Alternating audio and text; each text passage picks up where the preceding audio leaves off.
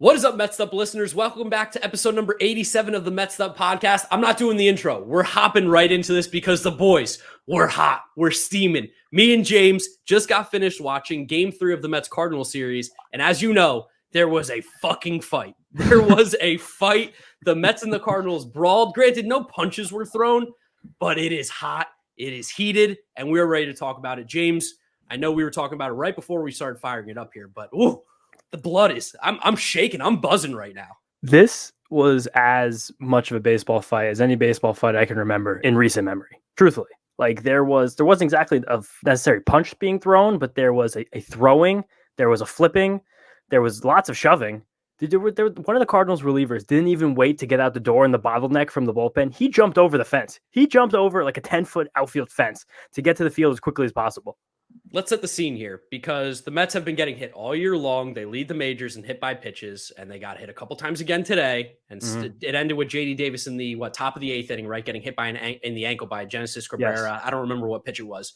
Hit him right in the ankle. Limped around out of the game. We don't know what's going on. That could bother J.D. Like that might be something we have to keep an eye out for here. But as we know, Mets have been getting hit all series long. We see Pete Alonso get hit in the head. Starling Marte get hit. All the guys have been getting drilled all year long. And it's not intentional. I don't think any of these getting hit by pitches are necessarily intentional. But at some point, if you're the Mets, when you're leading the league and getting hit by a pitch, you have to put your foot down. You have to say enough is enough, and you have to make a stance. You have to say something. You have to do something, and that's what they did. But even then, the Cardinals are such hardos, the biggest hardo babies ever, because this 95-mile-an-hour fastball that was up in the zone to Nolan Arenado that started all this wasn't even really close to hitting him at all. It was an inside corner, high fastball out of the zone. He was never in danger of getting hit. That pitch wasn't that close.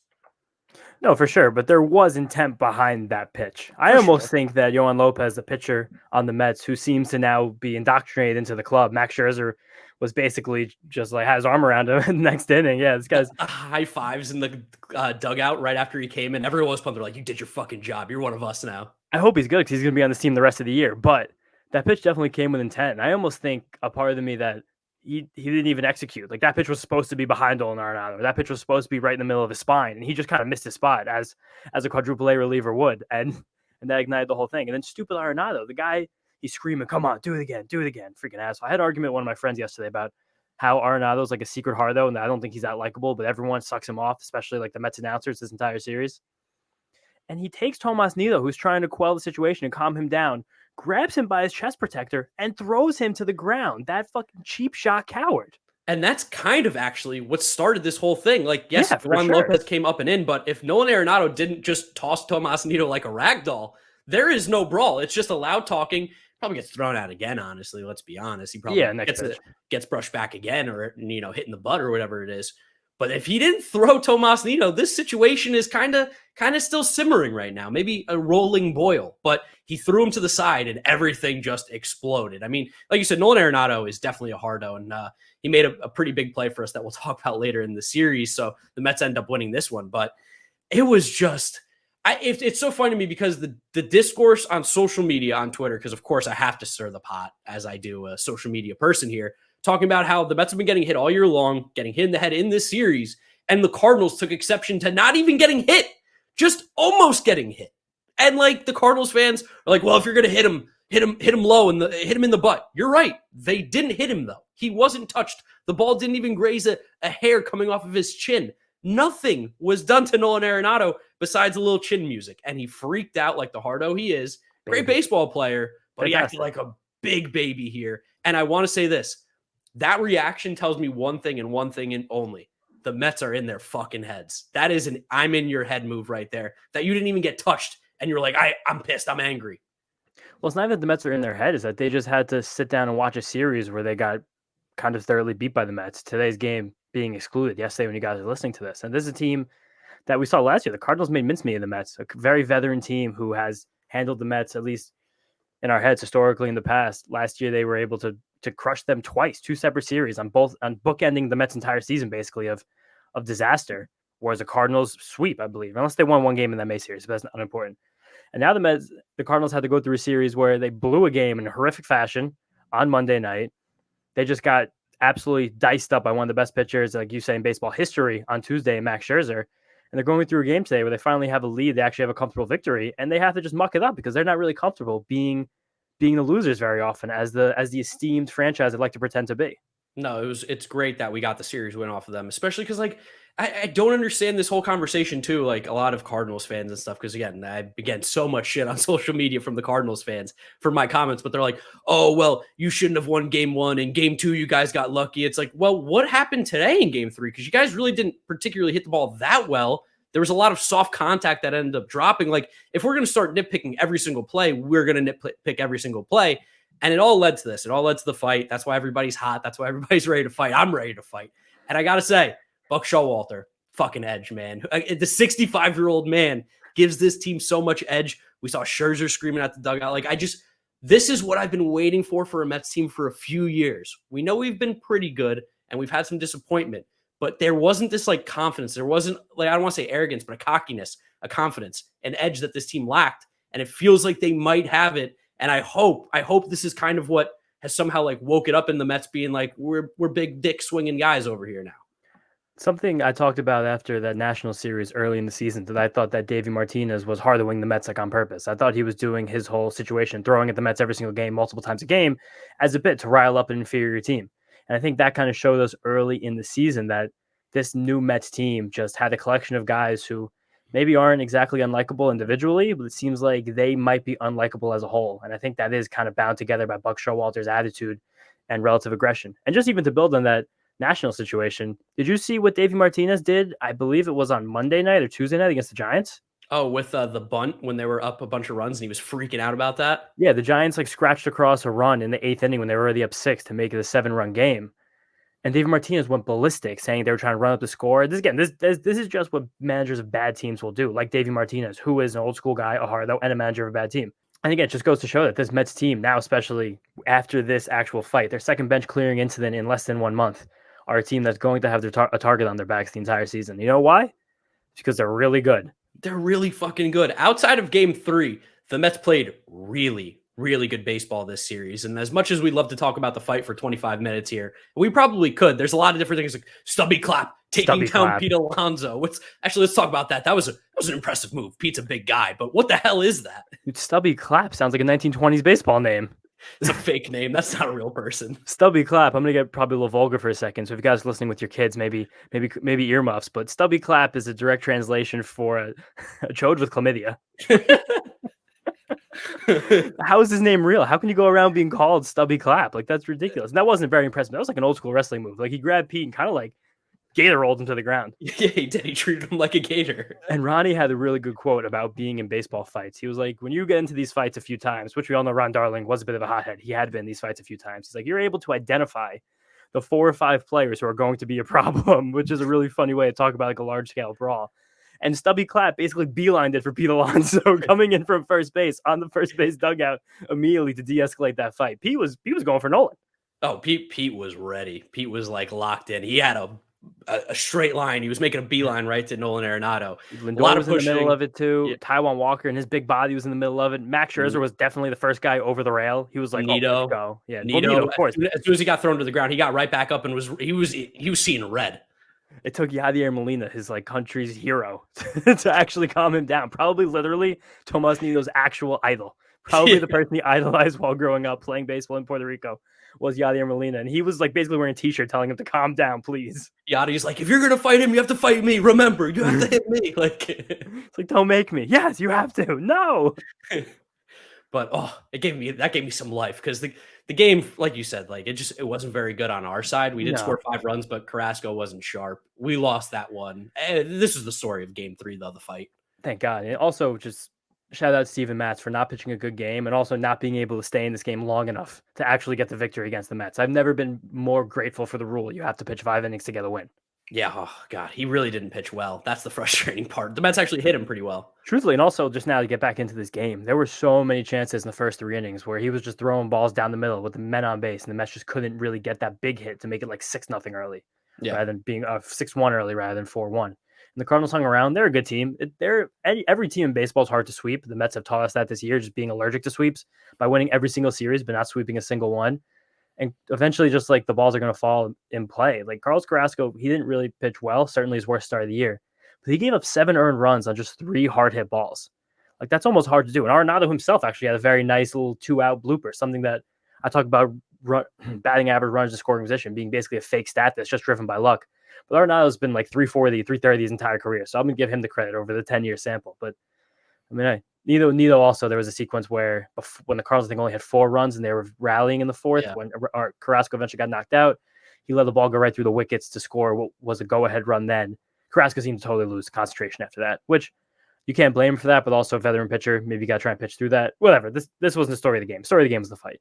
Story of the game was the fight, and it happened. I was happy. We knew it was coming. I was talking to my friends. You called it. Yep, I called it. I was talking to my friends on Discord, and I was saying that after JD Davis got hit, I was like, guys, turn on the Mets-Cardinals game. I'm telling you right now, the next half inning, there is going to be a brawl. I promise you. It's going to happen. Buck Showalter plus everything that's been going on. It was a perfect storm for exactly what happened. I will say this. Thank goodness no one got hurt, because that would be like the worst thing that could happen in this brawl. Actually, we're not sure about that, because Dylan Carlson appeared to not really be very involved in the brawl, but he also was pinch hit for the next inning. So the guys in the booth, Gary and Ron, were hypothesizing the fact that maybe he did get injured in the brawl, because usually they get a press release of the ejections. That didn't come because it was so late in the game, but it was like very obvious that Stubby Clapp and Nolan Arenado were thrown out. But on the replays, I didn't see Dylan Carlson involved in this at all. Also, should shout out Dylan Carlson, because he made one of the best throws I've ever seen in my entire life. Disgusting. When he threw the ball in the air, when Guillorme got hosed at third, I was like, oh, that's a pretty good cutoff. Like that was pretty clean. And they're like, that was from Carlson. I was like, that's from the wall in center field on a fly right to the chest. It was a sick throw. Statcast said it came in at 97 miles an hour. Whew. Like over 250 feet away. It's a sick throw. He's a fun player. He just kind of been struggling a bit, but he's like got such good tools. 2 ribby triple in this game and that insane throw. Like this might get him off the schneid. I have Carlson on a lot of fantasy teams, so I kind of hope it does. Yeah, but like we said, story of this game 3 was the fight. Mets lose. Yeah. But let's talk about all the great that happened in this series, because the Mets win the series against the Cardinals, who, again, we talked about this as another test. We said the Giants were a test. The Cardinals on the road are a test for sure, even though we've had more success than we thought. And we came in, and while game 1 was like kind of a lucky win, I actually don't think the Mets really played that bad. And in fact, you could have made an argument they deserved to win that game the way they played. Of course they didn't play bad. There's no way the Mets played bad in game 1. It was just kind of one of those boring, lulling baseball games that happens in stadiums like St. Louis and New York, where teams have good pitching and good defense, where it's just really hard to scratch anything across. Like I truthfully myself was falling asleep during this game. Like a 7th, 8th inning, I was just like watching on my bed, and I was like, oh, I'm losing it. Well, you watch Miles Mikolas pitch. He doesn't have the most exciting stuff by any means. The Lizard King himself. He'll put you to sleep anytime. Before we talk about Mikolas, I want to do a little bit about him. We got to talk. This was Max Scherzer. Max Scherzer's from St. Louis. This is a great homecoming for him. Not the fact that he's never done that before, but new uniform, new homecoming, new emotions. And this guy's so goddamn good. He somehow was even better than he was last week against the Giants in St. Louis on Monday night. Yeah, I don't know how he does it. What do we go? 7 innings, like 10 Ks and a couple hits. Like they were showing basically his last 2 starts, and he struck out like 29 batters in his last 2 starts, 19 batters in his last 2 starts. I think it was 20 on the dot in 2 starts. 20. I plugged the 2 numbers together, but yeah, like 20 in the last 2 starts over like 14 innings with like 3 hits. Like that's disgusting. In this start, it was the 7 innings, 10 strikeouts, like you said, 2 hits allowed, 1 walk, no runs, of course, because Max Scherzer is not going to be giving up runs anytime soon, it seems like, and literally 1 hard hit ball, just 1 by Goldschmidt, barely snuck over 100 miles an hour off the bat.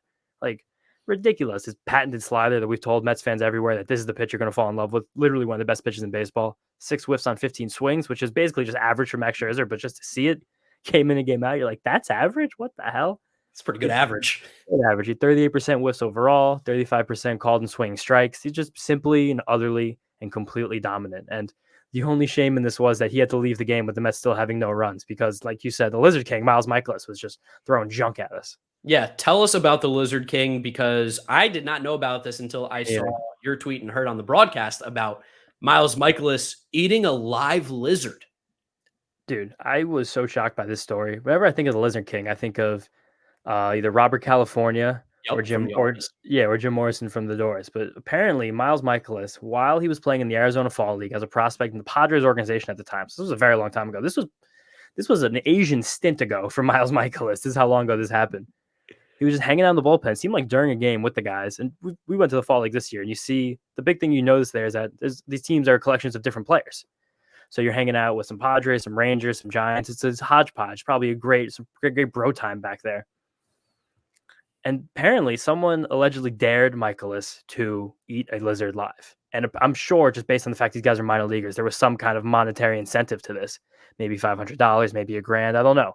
But there's a 1-minute YouTube video you guys should go out and check out if you have the stomach for it, or maybe you should not. I was about to say, I've seen it. It's raw. It's pretty disturbing, honestly. It's very disturbing. That's like some psychopath shit right there. It is some psychopath shit. Miles Mikolas was like holding this lizard, getting himself jacked up for basically a full minute, pouring like little bits of ginger ale on it for taste. And then he just fucking chomped the thing. Live lizard in a second and a half. He chewed it. It was horrific to look at, horrific to see. Yeah, it makes me kind of look at Miles Mikolas like very much differently after knowing that. And yeah, I tweeted it out because I'd never heard that before. Apparently it's something that's regular. A couple people like made fun of me for not knowing the story, thought I was like phony as a baseball fan. I was like, I don't know what you're talking about at all, but freaking bizarre, dude. There should be almost no information on Miles Mikolas. He should be irrelevant and boring just like he is on the mound. But he's eating a live lizard and there's a video. Again, if you can stomach it, go ahead and take a look. But my sicko's out there. Like thinking about it right now. If you guys are watching the YouTube video, I'm uncomfortable thinking about it. Oh yeah, I wish I had not watched it. I wish I never knew.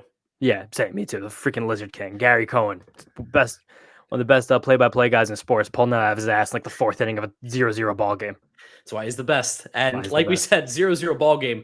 So went deep into a 0-0 ball game. It came down to the bullpens in this one, and unfortunately for us, Trevor May continued to struggle. Yeah, Trevor May, and this is something he actually talked about after the game and even after the Tuesday night game. He just doesn't really have the feel for his pitches right now, and you kind of saw that in this one. He had a lot of trouble putting the Cardinals hitters away. Yadi led off the inning with a 7-pitch at-bat, fouled off a couple tough ones, spit on a couple sliders, and then hit a 3-2 fastball. Just got like a little bit too much plate, straight back up the box, center field. Harrison Bader followed up with a single in the same spot, but this was a slider. But then just trying to throw a pitch low and outside to a righty, both times, slider and fastball. Trevor just got too much plate. He had 2 men on, nobody out. And then there was some good old-fashioned baseball going on because Tommy Edman came to the plate, who's a very good bunter, as everyone will have you know. And the Mets, being the new old-school Buck baseball team, we're running the wheel. You never see the wheel anymore. The wheel is such a crazy psycho play where your third baseman and first baseman charge very hard at the bunt, and your shortstop runs simultaneously, basically with the pitch, depending on the rest of your linemen, to third base to try and get a force out. I think the Giants got us with a wheel play last week, right? Yeah. So there's a lot of this going on, the cat and mouse game. He bunted, bit missed, and then he pulled the bump back, slashed, and eventually he just hit like a dribbler that went over Trevor May's glove, became a de facto bunt. Jeff McNeil made a really nice play on it too after the tip. He made a great play from second base, coming across the field, throwing across his body, and just showing even more how valuable Jeff McNeil is to this team. Plays great second and left field. Incredible road trip for Jeff McNeil. He completely got himself like back up to level after like a year and a half of being in the mud in basically a week and a half. He's just so back. It's not even funny. Yeah. And then so now there's second and third for the Cardinals. And this, of course, Harrison Bader and Yadier Molina, the bottom of the order, are the ones who started this rally. So now we have Goldschmidt up with a man on second and third and nobody out. And much to the surprise of a lot of people on Twitter, Buck decided not to walk Goldschmidt, which I personally agreed with, just the fact that I trusted my pitcher on the mound, Trevor May, to execute the successful pitch around. And you did get Goldschmidt to swing at a couple bad ones. He had him to 3-2 count. He just couldn't throw that last slider to make him chase or dot that fastball to get the soft contact or get a looking strike. So Goldschmidt wound up drawing the walk, and Tyler O'Neill promptly hit a 2-run single right after to give the Cardinals a 2-0 lead. Yeah, I think it's hard to say let's intentionally walk Paul Goldschmidt to face Tyler O'Neill, who's like almost impossible to double up as well, even if you're trying for that. Like he's a really, really good athlete, probably one of the best athletes in Major League Baseball right now. I don't disagree with the move that he had to go after Goldschmidt. Like he didn't really have the stuff. He kind of had to find it. And as weird as it sounds, like he had to use Goldschmidt as a way to hopefully try and find it. Because if you intentionally walk the bases loaded, Tyler O'Neill's up. And if you don't have it, you could be in really big trouble. And after O'Neill is Nolan Arenado, as we've seen. He's just been RBI machine his entire career. Like, there's no real way to get out of the middle of the Cardinals order. You can't just have to attack. So I supported that move, and then May did nut up and get the strikeout of Arenado for the second out. To then he got whoever, I don't remember who hits fifth in this lineup, but Carlson that game maybe? Carlson, I don't know. It's a big drop off. Yeah. May dug deep and he kept the damage to 2. And it is, again, very clear that he didn't have command of either his fastball or his slider, like you mentioned after the game, because you 32% changeups in this outing, which is far and away the most I can ever remember Trevor May using in an outing with the Mets. And that's just not how he rolls. So I trust Trevor to get through it. He's a professional, but tough that he couldn't get through this inning. Yeah, anytime you see Trevor go into the changeup as much as he did, we talked about it last year at times when he had some like rough outings. We're like, man, throwing that changeup a lot. It seems like for a pitch that's not his best, it's almost his safety blanket of when things aren't working, at least I will have this. He didn't have it, but then we moved to the ninth inning. And this is where we start to have some fun because I don't know how it happened. I don't know what exactly went on, but all you needed was a little bit of luck. And it started with a little Eduardo Escobar 1-out single.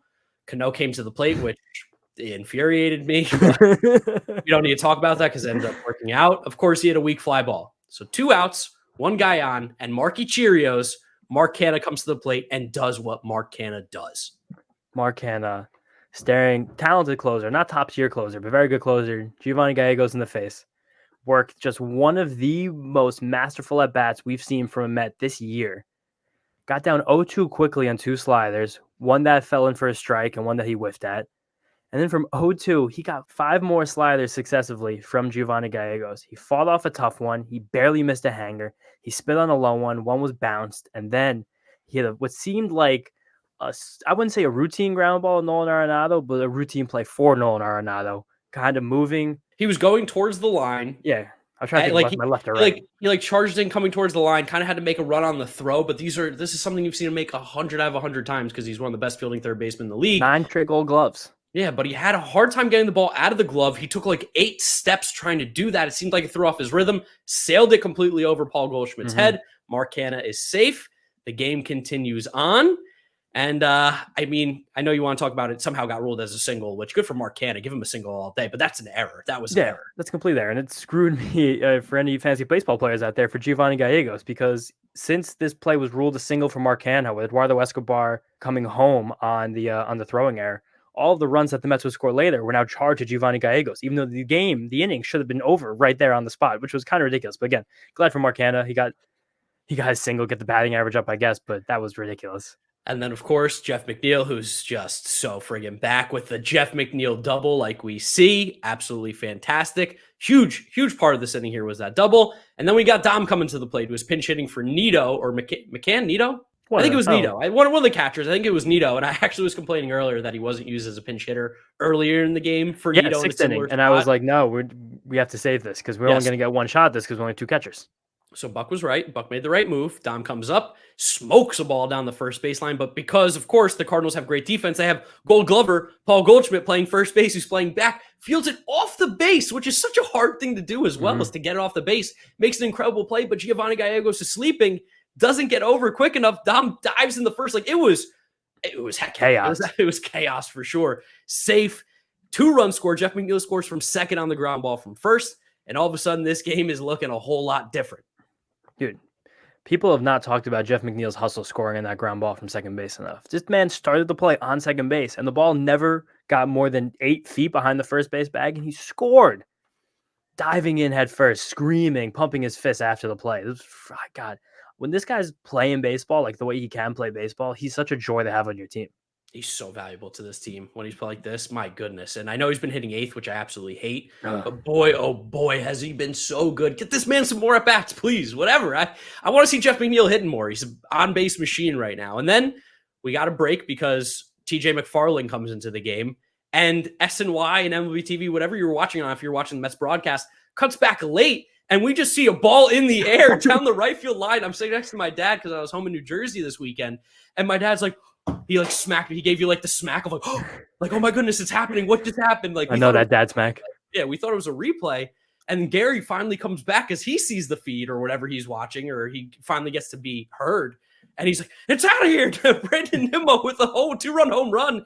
And the Mets take a lead. Like, dude, I love that Nimmo. I don't know if you picked this up before he came into the game when they were making the switch. He was talking to some coach on the bench who whipped out an iPad, and they were intently talking about what was going on. And I have to think that whatever he told him was why he was jumping on that first pitch from TJ McFarland. Because lefty reliever, that seems like a for Nimmo every time, and he was ready.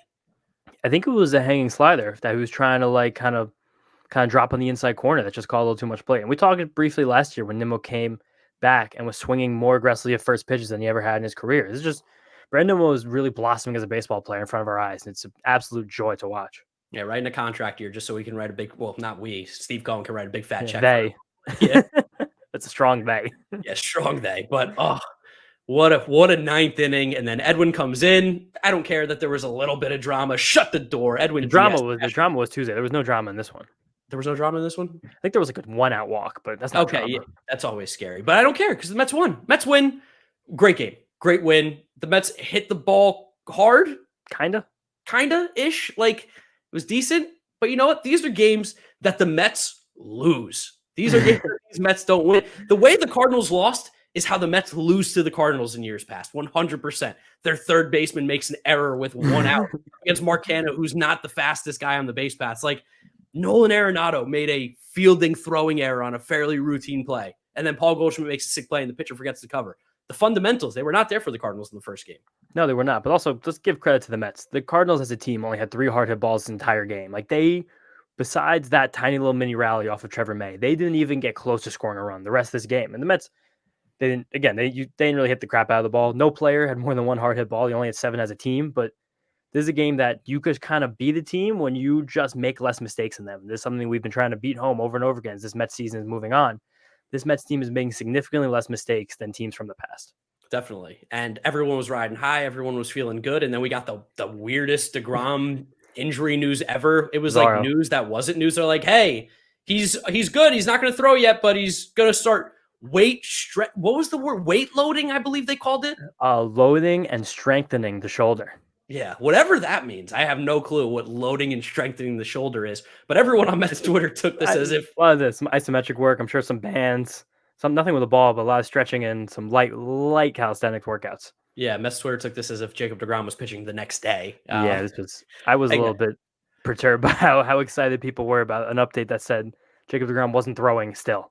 Yeah, I mean, I think the hope is that he'll be ready by the All-Star break now is what the consensus seems to be. I'll be very happy with that. That'll be a nice trade deadline pickup. Don't Mr. Mark Wilpon, but this was just so weird that we knew Jacob deGrom had a CAT scan on Friday and was getting his MRI on Monday, and they were like, expect an update Monday. Then right before the game, they were like, might not be an update on Monday. And like all the Mets fans, I'm sure you guys too, we all sent around our text messages.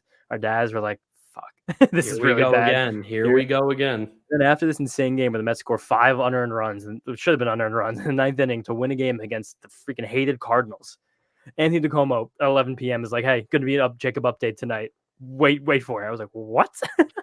And they drop at midnight that nothing has happened. They're going to wait 3 more weeks. It's bizarre. Yeah. Absolutely nuts. Leads us into game 2, though. Feeling great, feeling awesome. And our man, Chris Bassitt's on the mound. And Bassitt hound. So fucking, Bassitt hound. I like that. Yeah. I like that. I haven't thought about that. Yeah, he's a beast.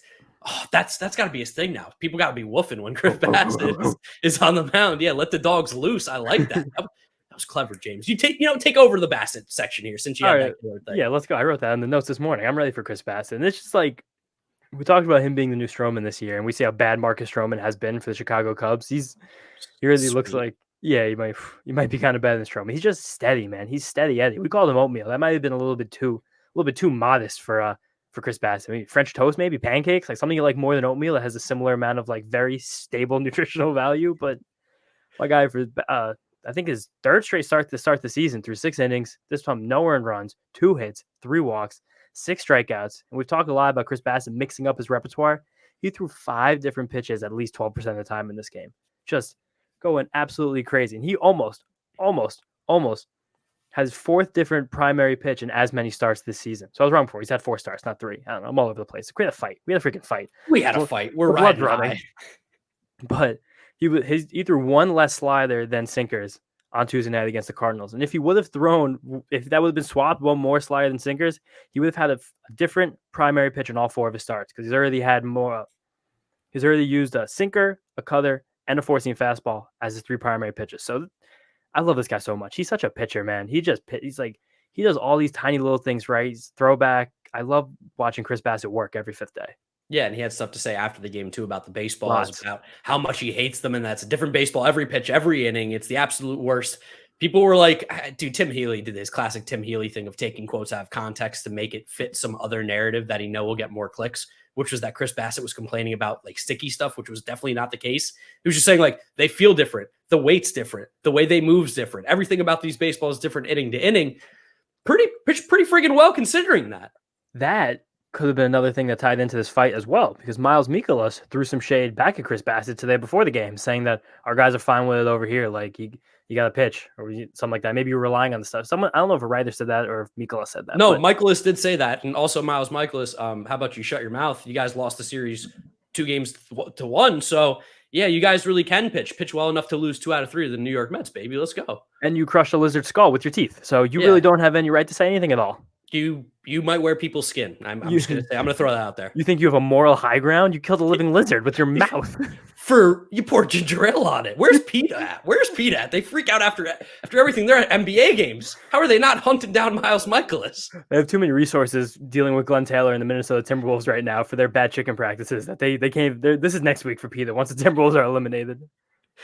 But anyway, finishing up with this, Chris Bassitt performance, he was great. He was awesome. He's steady Eddie. He's so good. He keeps hitters so off balance. Like, no one's ever comfortable in the box against him when he doesn't even have any pitch that can blow you away or like make your knees buckle. Like, his breaking balls are good, but they're not like you see videos on Twitter, pitchers in the minor leagues with better breaking balls than Chris Bassitt. He just puts every single pitch wherever he wants it at any given time. He's masterful. I love watching him pitch. And he's just one of those old school guys where you could just give him the ball and say, go have at it. You let us know when you're done. And that's the best part. He had one more quote after the game, too, that kind of got me fired up as well. I said, what is your thoughts on winning the first 6 series of the year? He goes, it's great, but I really only care about winning the last 6. And I was like, it's my fucking boy right there. Yeah, I love that. That was a great quote. He was like, we're not really that focused on April. We're just happy to be winning games right now, which, I mean, I mentioned last week that the Astros kind of make fun of the Mets. I'm sure a lot of other ball clubs in baseball do the same thing. It was nice to see that these guys are not like relishing in these victories, because I saw a stat on Twitter, like the last time the Mets had a start this good or a similar record in as many games was the famous 2018 Mickey Callaway collapse. So shouldn't even said anything. Let's just keep moving on. Just keep winning your series. Win every series, and you're going to be a good team. Yep. And we had a tough matchup too in game 2. We went up against Jordan Hicks, who throws just one of the craziest sliders I've seen in a long time. We have a quote from Pete that just came through. Oh, okay. Read it. Per Mike Puma, Pete Alonso on the scrum. If I wanted to put someone in the hospital, I easily could. But I was just out there trying to protect my guys. Oh, that's almost Noah Syndergaard like. Whereas, like, if you want to fight me 6 foot, 60 feet 6 inches away, Pete's like, if I wanted to hurt someone, I would. I can do it. Don't worry. Don't test me. Oh, Pete's showing a little edge. That's huge for his game. Huge. I can't believe we have a team that has edge. This is unbelievable. If you would have told me that Pete Alonso was threatening putting people in a hospital when he came up as a rookie, I would have laughed. I'm like, Pete, the polar bear, the teddy bear. Listen, polar bears kill. They're dangerous. Very mean. They're cute, cuddly on the outside, got nice fur, kind of like Pete Alonso. But you piss him off, give him one good swift swipe of the claw, and he'll send you to the hospital. What were we talking about? Oh, Jordan Hicks throwing that video game slider. His stuff's pretty crazy, but you know who figured out Jordan Hicks pretty well? James McCann. McCann, baby. We've had 2 episodes where we've highlighted James McCann. He had a great game in game 2. Great game 2. His best game of the entire year by far. He had a very loud RBI double to drive Jeff McNeil in the 3rd inning, and then was driven in promptly by a Starling Marte single. And he went 3 for 4 in this game. I can't remember the last time James McCann got 3 hits in a game. I'm thinking about before the Diamondbacks series where Eric Chavez, who they call Chavi, which is sick, he said that McCann had been swinging it well. He said the guy's been athletic in the box. Like, it's only a matter of time before it turns around. And I guess he was right. Yeah, I think you start to see when McCann's going well is when he starts to take that ball kind of like right over the second baseman's head to like the right center field gap. Granted, like that's not for extra bases ever because he's not the fastest guy. But when you're starting to see him do that with his swing and he's not just pulling every outside fastball for a double play to shortstop, that's when you know things are working. And I do feel like this little platoon situation that they have with McCann and Nito, which we were preaching for all of last year, seems to be the right move here because each guy seems to make some sort of impact every time they're in now, as opposed to trotting out McCann for 120 games and him being dead ass tired. Definitely, especially because McCann is a guy who he is a big, strong dude. Like, I want James McCann to have the opportunity to use more force, maybe less often. And you kind of see it when it seems like he looks very much more athletic in the box, like Eric Chavez said during these last couple of games here. So keep it going. Nice 50-50 split. Every guy helps out. Just hit 9th every day. We don't need much. Just give us something when you can. Yep. And the Mets, I mean, they were kind of in control this whole game. It was just close. It was 2-0 going late into the game. And then Starling Marte got hit with the bases loaded, which also started some stuff here, got people going a little bit, along with Pete getting hit in the head, because that was the second time Pete's got hit in the head this year. A little bit of beanball going on. We now know what it ended up leading to, but of course, this was a precursor to everything. Also fun, that little run late in the game when we got another run on a hit by pitch. Like the Mets have done that twice in 4 games now. Who else even does that? It's ridiculous. Well, the Mets got their first hit with the bases loaded today in game 3, which is so funny that we are 19, 20 games into the season. The Mets just got their first hit with the bases loaded. It's because a lot of times we get hit by pitch or walked. Yeah, right. It's ridiculous. Ridiculous. How do you have 14 wins and no hits with the bases loaded? It's like an anomaly, honestly. Statistical anomaly. 5 total guys hit this game. 2 Cardinals then got hit later in the game, but obviously unintentional. Obviously, I'm just that kind of missed. Brendan Donovan early in the game, and then Tommy Edwin like a slider, his back foot late. Yeah. So, and it was in a close game. Like they're not putting Tommy Edwin on the base. The Starling Marte one was to make it a 2-run game, a 3-run game. Like there's no way it was intentional. No, absolutely not. Diaz got a little bit shaky, but as Edwin Diaz has pretty much done this year, he ended up getting the job done. He was still pretty filthy. Throwing a lot more fastballs. The 4-pitch walk just shook me to my core. I was terrified. And then they threw 2 more balls, and they had a nice mound visit. Then we got a great call from the ump. Shout out Mark Wegner, who called a great game on Tuesday night. That's our boy. Kept the game under control and in the right way as well for those New York Mets. And your boy won big money that night too. I got to talk about my big bet. We had a little 3 same game parlay. DraftKings was giving us some good plus 100% boost on a parlay during that game because on TBS. So like, all right, Mets minus 1.5, which that hit. We won by 3. Jeff McNeil and Nolan Arenado to get a hit. Your boy turned $20 into $200. What a night. Mets win and $200. I'm feeling great. What a massive hit, dude. Massive hit. And that's pretty much the series. The Mets took 2 of 3 from the St. Louis Cardinals. We had a fight. We had some late inning antics. We had some craziness in game 1, game 2. We were just better. And game 3, the brawl. I mean, I don't think there's really much else here to talk about St. Louis, but circle your calendars, guys, because in the middle of May, the Cardinals are coming to town. And I will tell you right now, this is not the last fight we have seen between these 2 teams. May 16th, 17th, 18th, and 19th. The 4-game set at Citi Field in less than 3 weeks. And I'm very excited for that. Also, this is a team that, again, there's historic rivalry between the Mets and Cardinals. Like I said last episode, that we're directly competing for playoff spots in the National League.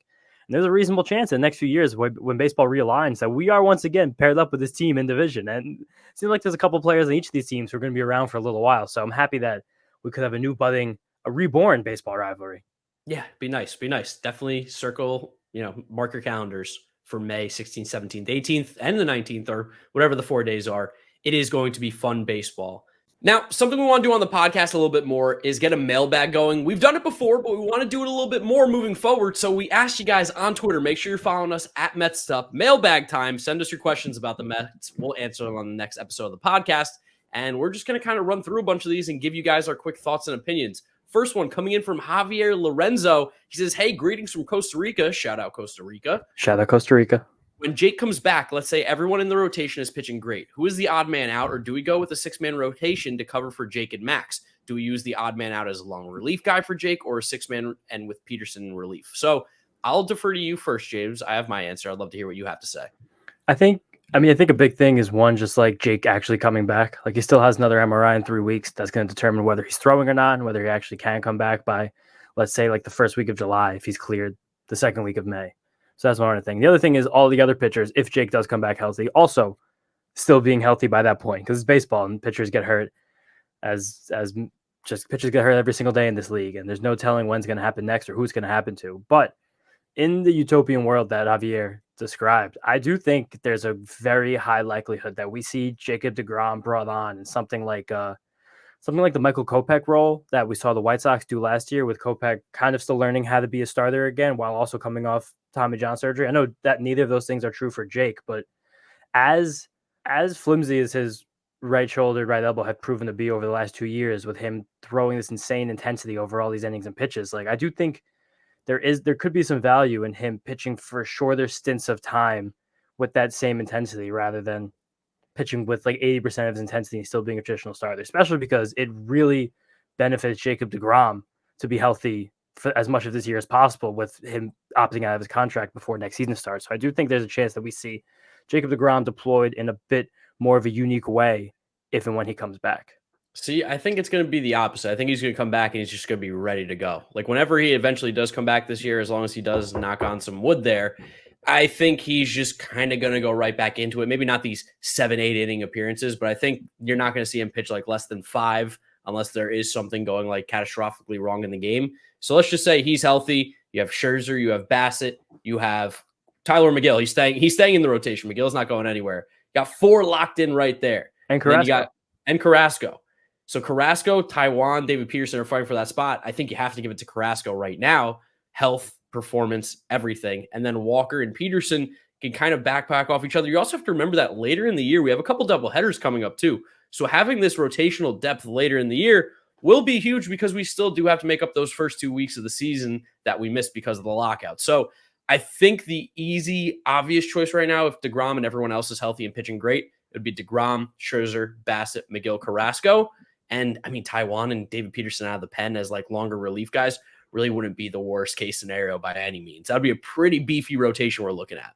I agree with that point. I just think that like there's never a perfect world in baseball. There's always something else that's going to happen to make this become either more complicated or less complicated. There's no way that this decision is the exact same amount of complicated as we think it is right now on April 28th.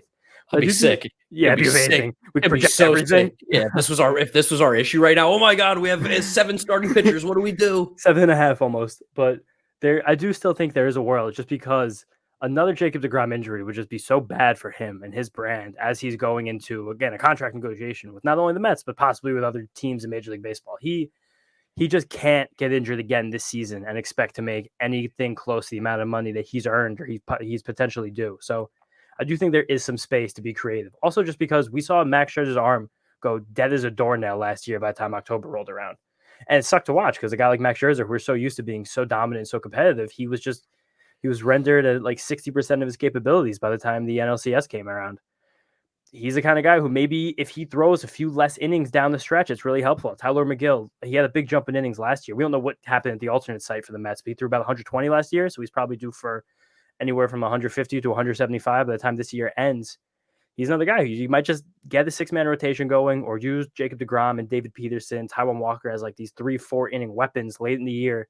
So you can take the load off guys depending on how the playoff race looks and just how everything looks. There's so many factors that are going to tie into how this pitching staff will be used down the stretch. And there's so much to benefit from your pitchers getting ahead of ourselves here, being as rested as possible heading into October. We saw that majorly, and again, in the NLCS last year, the big difference between the Braves and the Dodgers. The Dodgers, a team that fought really hard to get that playoff spot, fell 1 game short of their division. And the Braves, a team that kind of coasted for the last 6 weeks of the season, were able to cap their starters around 5-6. So they were saving some innings, but still stretched out enough to do anything they needed in the playoffs. Yeah, no, definitely. I think it will be a very good problem to have if this problem even does ever arise for the New York Mets. Fantastic problem. One of the best problems I could envision.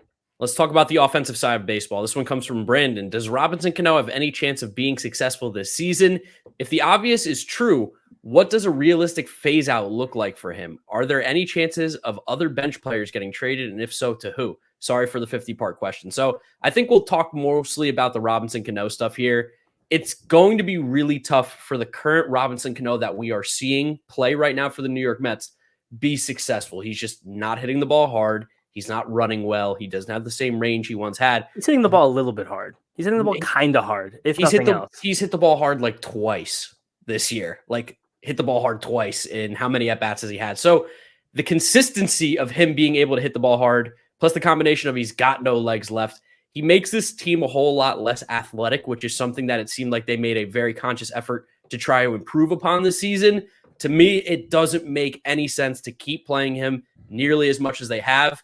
If we're talking phase out, I think when we start talking about the roster cuts, he might be a guy who is very much on watch to be cut, possibly.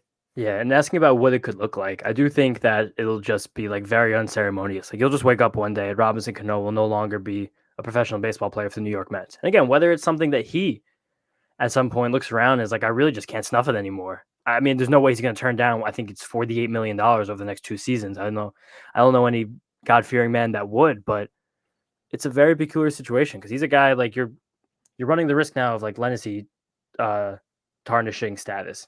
And it's not that I still do think that Robinson Cano can be a semi-useful bat on the right team in the perfect, pristine situation, like kind of how the Dodgers used Albert Pujols last year, where he is the lone unathletic guy on your bench rather than one of 3 relatively unathletic guys on your bench. Like it's just the fit on the Mets right now, coupled with the fact that we traded Jared Kelenic for him, and you know, like a lot of things going bad. He's definitely not good right now. He's chasing more than anybody in baseball. He's slower than almost everybody in baseball. And like you said, he's hitting the ball on the ground, not particularly hard. So it's pretty unlikely that he's going to I don't know, just be good again all of a sudden. I think that's would be shocking, but I think the phase out, I don't know. It just seems like it's so unlikely to happen based on how much respect they've given him thus far. Like you can't be the 5 and 6 hitter and then get cut. You have to be the 5 and 6 hitter and then the 7 hitter and then the 8 hitter and then get cut, right? Like he's still hitting in front of James McCann and Jeff McNeil. Granted, it's bad decision making that shouldn't be happening, but it does seem like at least right now in the current structure of the New York Mets, he's somewhat valuable to them. Now, should he be this valuable? I think me and James are on the same page here. Absolutely not.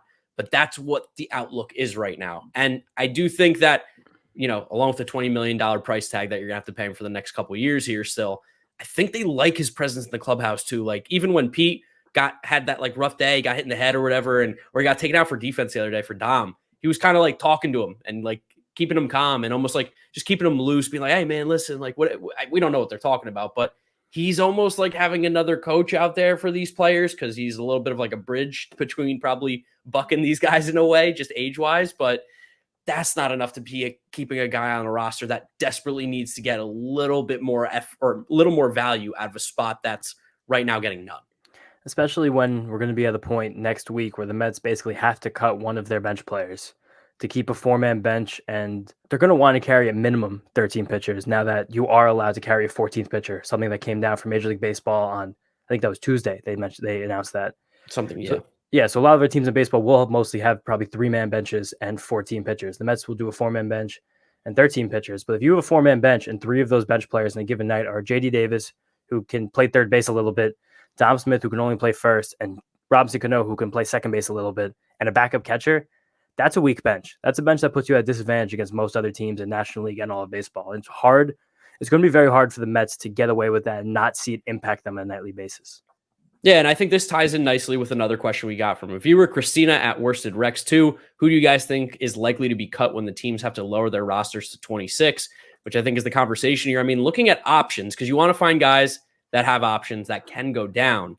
And there are some names of dudes that could go down. Now, would I make this move? Absolutely not.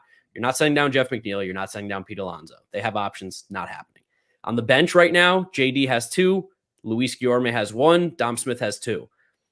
You're sending Dom down? No, because then you don't really have a backup first baseman. You're sending JD down? No, because he's your right-handed bat off the bench. Guillorme is probably the realistic option, but in a world where it's Luis Guillorme versus Robinson Cano, it sounds crazy, but Luis Guillorme has more value to this team right now, 100%. Significantly. What if, again, knocking on wood, what if Francisco Lindor gets hit in like the kneecap in a game and he has to miss the rest of the game with knee swelling? Who plays shortstop if Luis Guillorme's not on the roster? Like Jeff McNeil? And Jeff McNeil's playing shortstop. Who's in the outfield? Like, just there's so many things that can go wrong without versatility on your bench. And we see a team like the Yankees who have like one of the most versatile rosters in baseball. Their roster is so versatile that right now they're only carrying 3 bench players because they have Tim LeCastro, Marwin Gonzalez, DJ LeMahieu, Isaiah Kiner-Falefa. They have guys who can play all over the diamond that allows them to carry more pitchers. And when you have very good pitchers like the Yankees do, and like it seems like the Mets have built a bit more pitching depth than we may have assumed coming into the year, you want to keep these guys on the roster because they can be used as weapons. And having 3 guys on your bench who really can't give you almost any defensive value, and almost none of them are even returning heavy positive offensive value right now, it starts to become a question of why is everybody here and how long are they going to stay? Yeah, and then on the pitching side, the guys who have options left are Seth Lugo, Drew Smith, Tyler McGill, and Yoan Lopez, who obviously we talked a little bit about earlier. Legend. So Yoan Lopez is probably the likely guy to go down if they have to send anybody down on the pitching side, because Sean Reed-Foley and Trevor Williams, who are probably the most expendable pitchers. We talked about this the other day with Adonis Medina. Yoan Lopez is going to go down on Saturday for Taijuan Walker. Yeah, and Yoan Lopez has 2 options as well, so it's not like they even lose him if they want to. It's going to be really tough. The roster crunch is going to be – there's going to be someone who's a Major League Baseball player that is going to be cut essentially from this New York Mets team. Yeah, I think there's a chance that they just send a guy like JD down, just tell him it's going to be short term while they work out what's going to happen between Dom and Cano, because he has options. And like it's going to be embarrassing for a guy like JD Davis, who's above average Major League hitter, to go down. But if they tell him like this is literally just business. Like we don't want to have to DFA somebody, and you have an option, and you're like a bit extraneous to this roster. But also, we've seen a few times this season lefties come in the game against Mets and just kind of have their way with parts of this order. We don't really have that strong right-handed presence on the bench besides JD Davis. So you lose him and you lose an element there too. Can't really get rid of him. That's why it's so weird. And the elephant in the room is Robinson Cano. That's the obvious choice It feels like from every standpoint outside of financials, which you want to cut a guy that you're going to pay $40 million to never play again. They bought out Bobby Bonilla. You can buy out Robinson Cano and do some crazy contract where you're paying him $1 million for the next 100 years. I mean, he's 40 years old right now. He's not going to live 100. Just say $1 million for 100 years. But I do think what you said before is true about him having presence in this clubhouse and him being a very respected veteran. Robinson Cano, if not for these steroid suspensions, would be approaching the 3,000 hit club this season and literally the Hall of Fame as one of the best offensive second basemen in the history of the sport. And I think a lot of players still see him that way. I don't know how performance enhancing drug suspensions like go over within like in players' minds, but you just look at the way the hitters in the team gravitate to him, especially the young Latin players, and he clearly has some weight. So if they just wake up one day and he's DFA'd, it might be weird. But we've seen a lot of teams do similar moves in the last year. The Angels have done it twice in 12 months. Like teams do this. I don't know. I really don't know what's going to happen, but he is the obvious choice if I was making the decision. It's also not my money. I don't have to look at the owner and be like, can we have a $20 million? Can we have a $50 million check? Like I can't do that. My friend who works in the Astros organization, who I talked about the other day, I spoke with him on the phone. He was talking about a situation similar to this, where they have Pedro Baez on the roster, who they signed to a relatively big contract for reliever. I believe it was after the 2020 World Series, the 27% of a World Series that the Dodgers won. And he's just been stinking like since he left the team. He's come to the Astros with absolutely no juice in his arm. And just a few days ago, they finally made a decision to cut him and get a real player on the roster. But he said, like, it's much different angle when you look at that internally versus externally, because the general manager, this is a little different because this general manager signed that player. He has to go to his owner and say, I made a mistake that cost you a significant amount of money. Now you have to trust me again that getting rid of this guy will not compound our problem. Getting a new player on this roster will help solve it. And that is kind of the crux of the Robinson Cano issue. Yeah. If the Mets, I think, want to be the best team they possibly can moving forward, at least in my mind, and maybe yours too, James, I don't know, it's probably without Robinson Cano on this roster.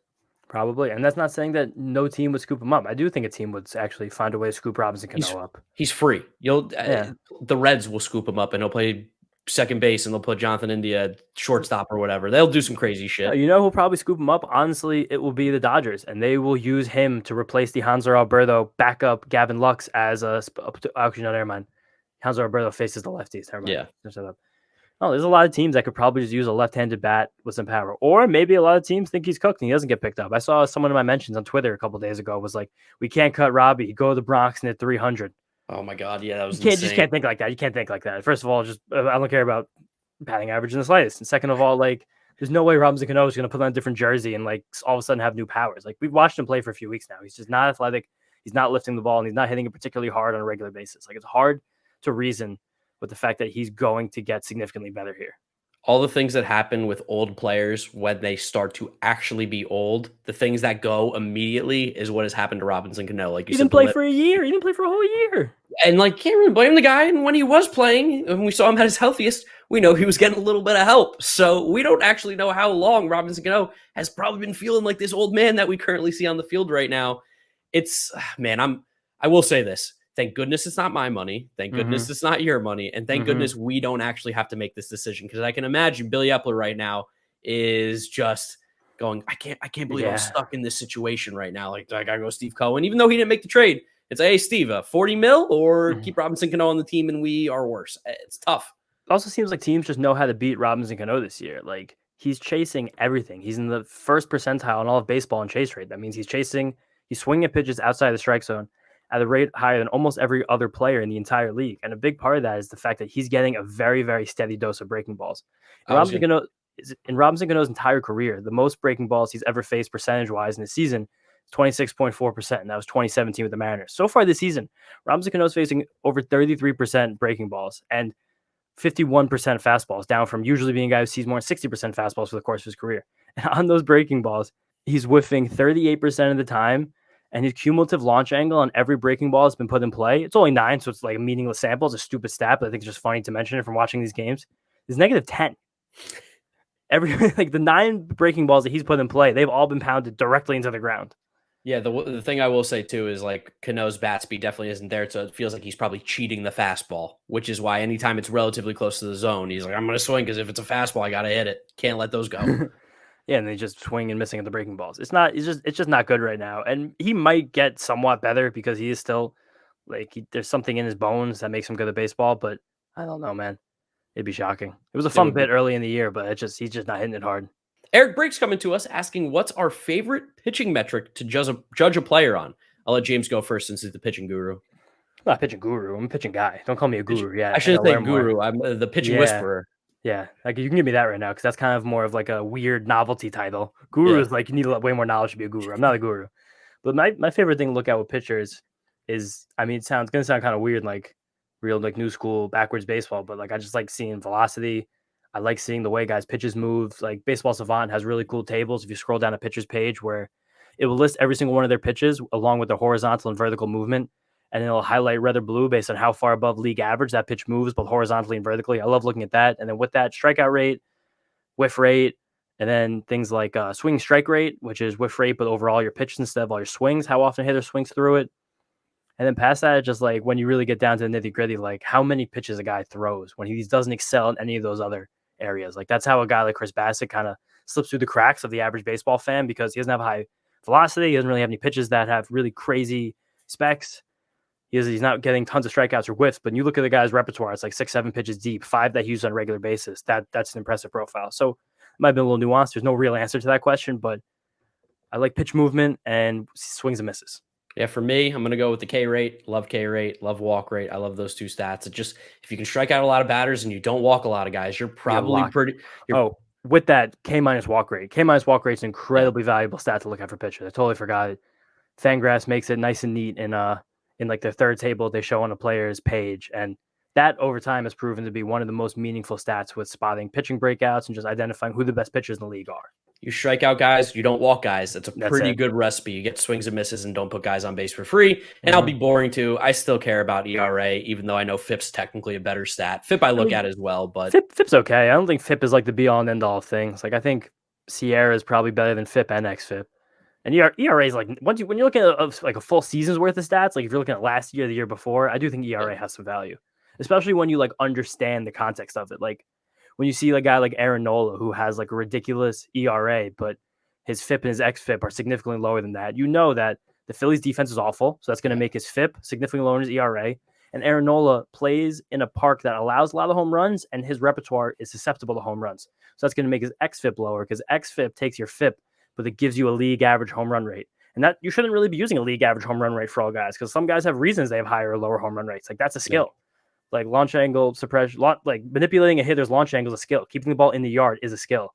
So that's something that's important, I think. But of all the, like, I don't know. I don't really love those full rate stats unless I'm looking at a full year of a pitcher because it just takes them too long to become stable.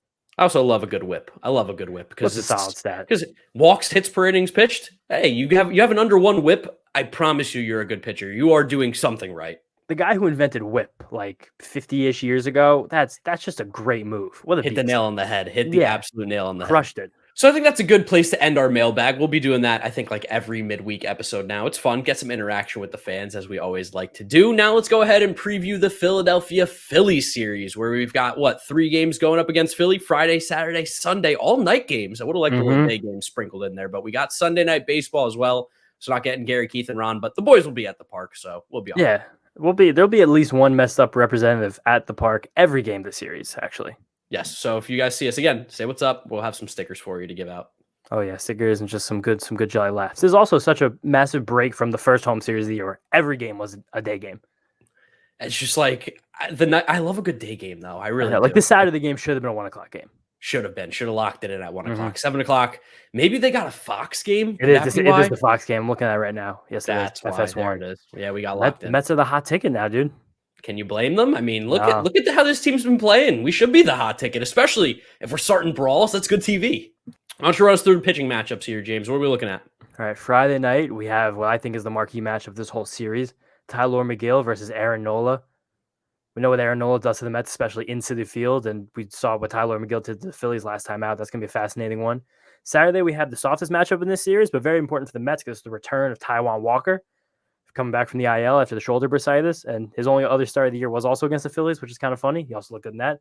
And Kyle Gibson, who's been, I'd say, better than I expected so far coming into the year. He's running like a top 50 whiff rate in all of baseball, so he's a guy who I could see some strikeouts start to pour out for him. And lastly, Sunday Night Baseball. Big night for the Mets'd Up Podcast here. Max Scherzer versus Zach Eflin on ESPN, baby.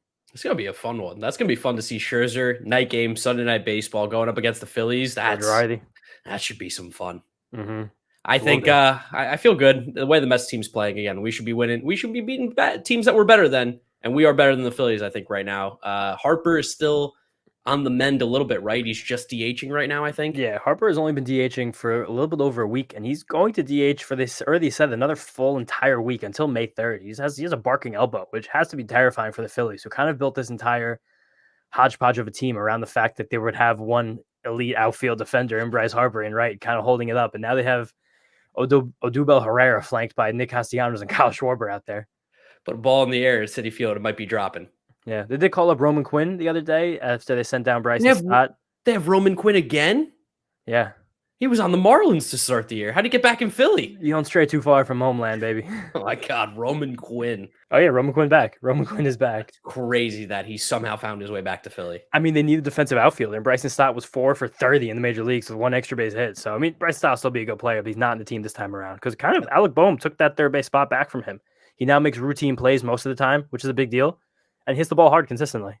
That's what you get for being Bryson Stott with that name and those walk-up songs. You need to get sent back down, get a reality check, come back up with good music. Yeah, come back up with good music. That's it. And then, I mean, otherwise, we missed Corey Knebel in the last series. Hopefully, we don't have to see him one time in this one.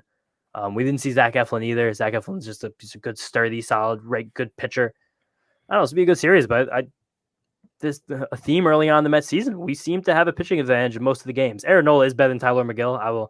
I'm not that much of a homer right now. Actually, and Taijuan Walker probably is about maybe a shade worse than Gibson just because we don't know exactly what he's going to do or what he's going to look like. But with a doubleheader on Tuesday against Atlanta that the boys will also be at, a lot of Mets games going on here. It's very important to get some deep pitching in this series and try and put this Philly team out of its misery early. Yep, keep rolling, keep the good vibes, keep the offense, keep the pitching, keep everything going in the right direction, and hopefully we hear a lot of those trumpets this weekend. Edwin Diaz, I want to see some saves. I want him to shut it down, as John Taffer would say. So I think that's a perfect place to end today's episode of the Mets'd Up Podcast, episode number 87, presented by the 7 Line. Make sure you guys are following us on Twitter, Instagram, YouTube, everything at Mets'd Up. You'll be able to find us. Yeah, we're rocking 7 Line shirts today, baby. Too. 7 Line, hell yeah. Tuesday, we'll be at the 7 Line game as well with the 7 Line, which should be a lot of fun. Random rambling here as I continue to do the outro. If you're listening, because you didn't do any intros, now get it all out in the outro. Yeah, get it all out in the outro. Listen to us on Apple Podcasts, Spotify, Google Podcasts, wherever you listen, you'll be able to find us. Drop us a review, drop us a rating. I'm asking you guys, do it for us, help us out, and follow James on Twitter at Jeter Had No Range. Follow me at Giraffe Neck Mark. Anything else? We're gonna cut it there. We're set, dude. I'm ready to rock. Let's cut it there. Peace out, guys. Peace out.